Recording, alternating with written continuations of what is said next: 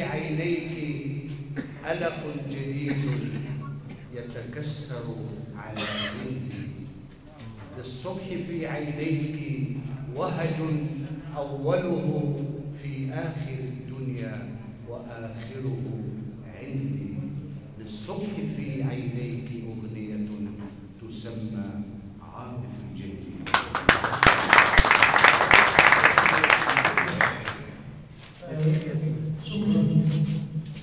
شكرا أخي عبد الحافظ على هذا الإطراء الجميل الحقيقة. سعيد بكم هذه الليلة وسعيد سؤال بهذه السيدة القصيدة الجميلة التي بيدي والتي تسمى فاطمة اليوسف.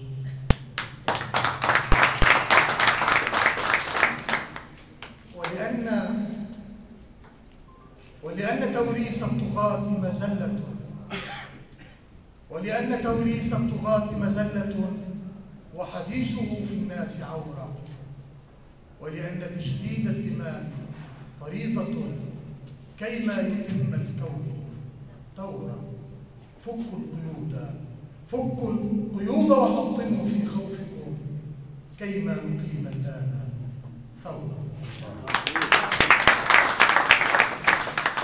هي في 2008 صرخة ليلة 25 رسالة إلى الله. 30 عاما وما من جديد سوى أن رجعنا. بلاش الميكروفون يا صاحبي. 30 عاما وما من جديد سوى أن رجعنا لعصر الجليد. فقدنا الذي كان بين الأحبة دفع اللقاء بحضن الوريد. فقدنا البكارة في كل شيء وصرنا عبيدا وما من عبيد. وصرنا سبايا لإرث التملك فتوى الطوارئ حكم الحديد. لنا كل يوم بكاء جديد وحزن مقيم وقهر فريد. وأنت بأعوامك الكثر باق علينا تبيض الضياء وتفني نشيد.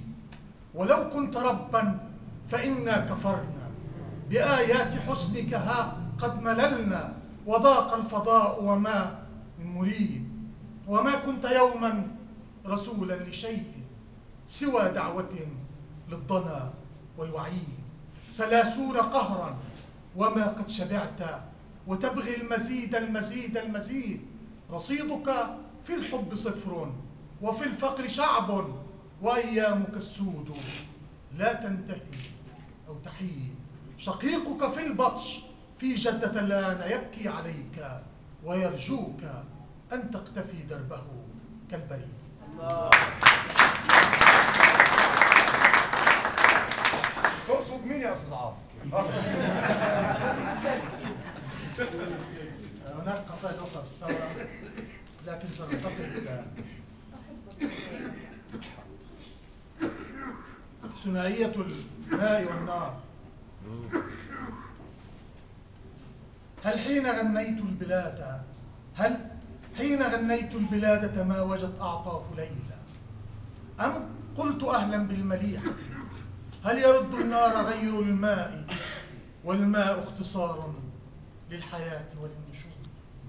قالت وأورق صغرها قل هل يرد الماء غير السد والسد امتداد للأواصر يجمع ضدين يرسل ومضة من كهرباء روحي في ليل الشعور. من أنت قالت زهرة الصبار حين باغتها المخاض للحظة الإشراق سنبلة تكاشف عريها أو بسمة للشوق بللها الندى أو قل عروس الماء تخرج من بكارة صمتها لتريك من آلائها 20 قوسا في بهاء سمائها. من أنت قل لي؟ قلت المليحة سألت ولد التفرد عازف الأشواق يبحر في جنون هيامه بل طائر الفينيق يبعث من رماد مواته من أجل عينيك البريئة راسما سمت الأميرة مقسما بالله زوردي بأنك الأحلى وأنك قبلة للسائرين بدرب قيس بن الملوح يا فجاءة يومي المشتاق للمطر الربيعي الشفيف. قالت أتطلب؟ قلت طالب بسمة، وأنا المسافر خلسة في حسنها. هل تسمح الأرض الحنون بأن يداعبها المدى ويجول هذا العاشق القروي في فردوسها؟ قالت أتعرف؟ قلت من زغب الطفولة كنت أحمل معولي وأشد محراسي، أفجر في حقول الأبجدية، أشتهي زهو السنابل، أصعد الأحلام، أجمع ما يحيل صبابتي والهم ويرجعني إمام العاشقين. قالت تفضل. قلت أدخل من يمين الحسن. هذا زنبق شره وآس قام يطلب ود قافيتي ويسلمني لطلة برتقال ثار في صدر الربيع.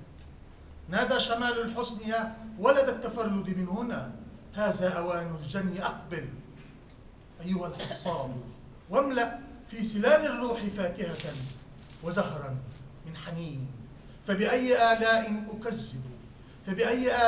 أكذب من صنوف الاختيار، وكل حديقتي تدنو وتعلن عن ثمار كنوزها شيئا فشيئا.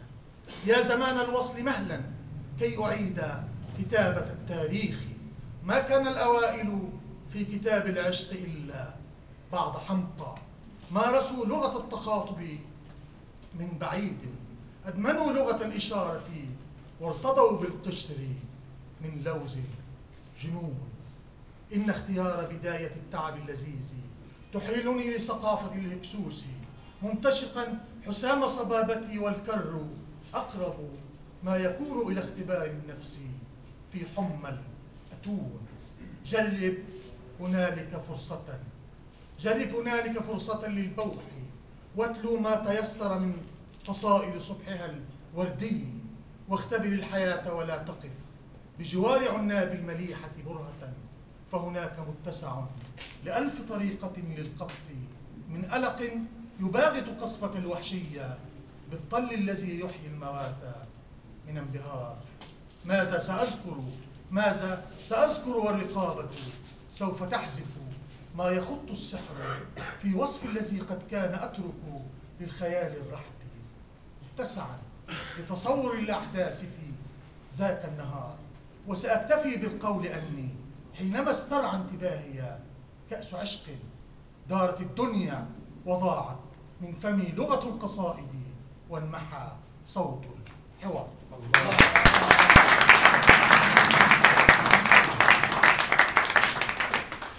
قصائد قصيرة. أحب الجمال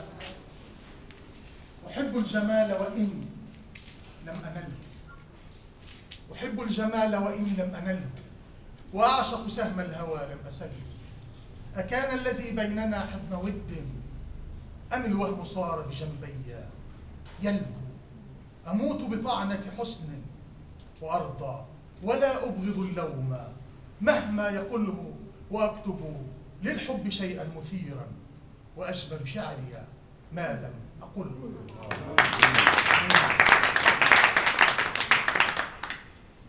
في بيت الحب بنى جدي وأقام أبي فكساه سنة، وبثوب العرس أتت أمي تحلم بالشمس فكنت أنا.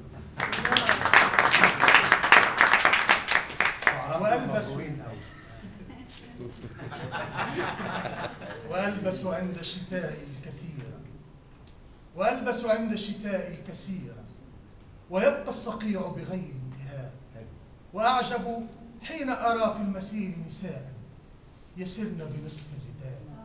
فهل نحن جنس يحس الفصول وحواء جنس بخط استواء؟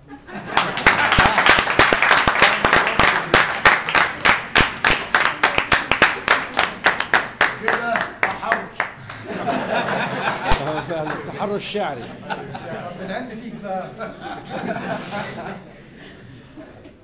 عندما قالت أحبك رد قلبي إنني ألف كذلك، فتسنت في دلال والزواج.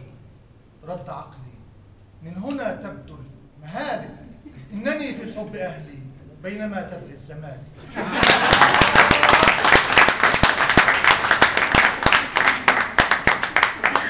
بعد عناد شجع كولومبي.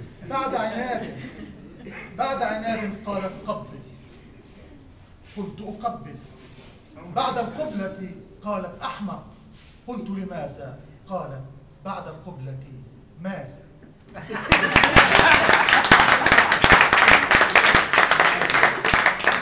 في الأوفى،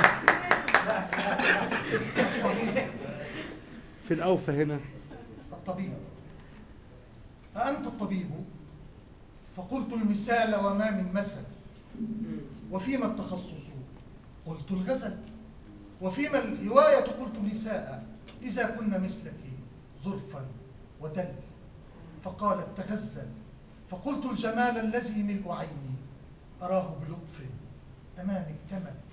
فأعجز كل الحروف اندهاشا على أن تصور هذا الذي فيك يا فتنتي مختزل.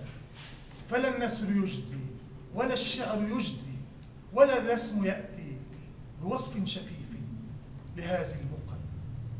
أشاعر أنت؟ فقلت من الآن أكتب ما يعتريني وأرسم كونا يضاهي العسل، وأنقش في كل ركن غراما وقلبا وسهما وحرفين من حلمنا بالأبد. وأقسم أني مصاب بسحر يذيب الحديد إذا ما رأى ما رأيتم تسل. فقالت رويدك: كم قلت قبلي كهذا الكلام الذي لا يمل. تبسمت قالت: وفيك الوسامة لا تحتمل. فضاع الكلام الذي كان جسرا لدرب جديد بطعم الحب.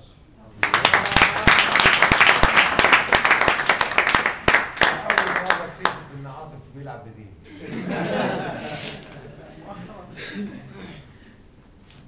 أخيرا عشان الوقت، أنا ليس لي حزب. نداء إلى أخي مصطفى حتى أستمع إليه لاحقا. أنا ليس لي حزب ولا أدنى انتماء للسياسة. أنا ليس لي حزب ولا أدنى انتماء للسياسة. وبنات أفكاري نبوءة طيتي خضراء طازجة بلا أي انتكاس.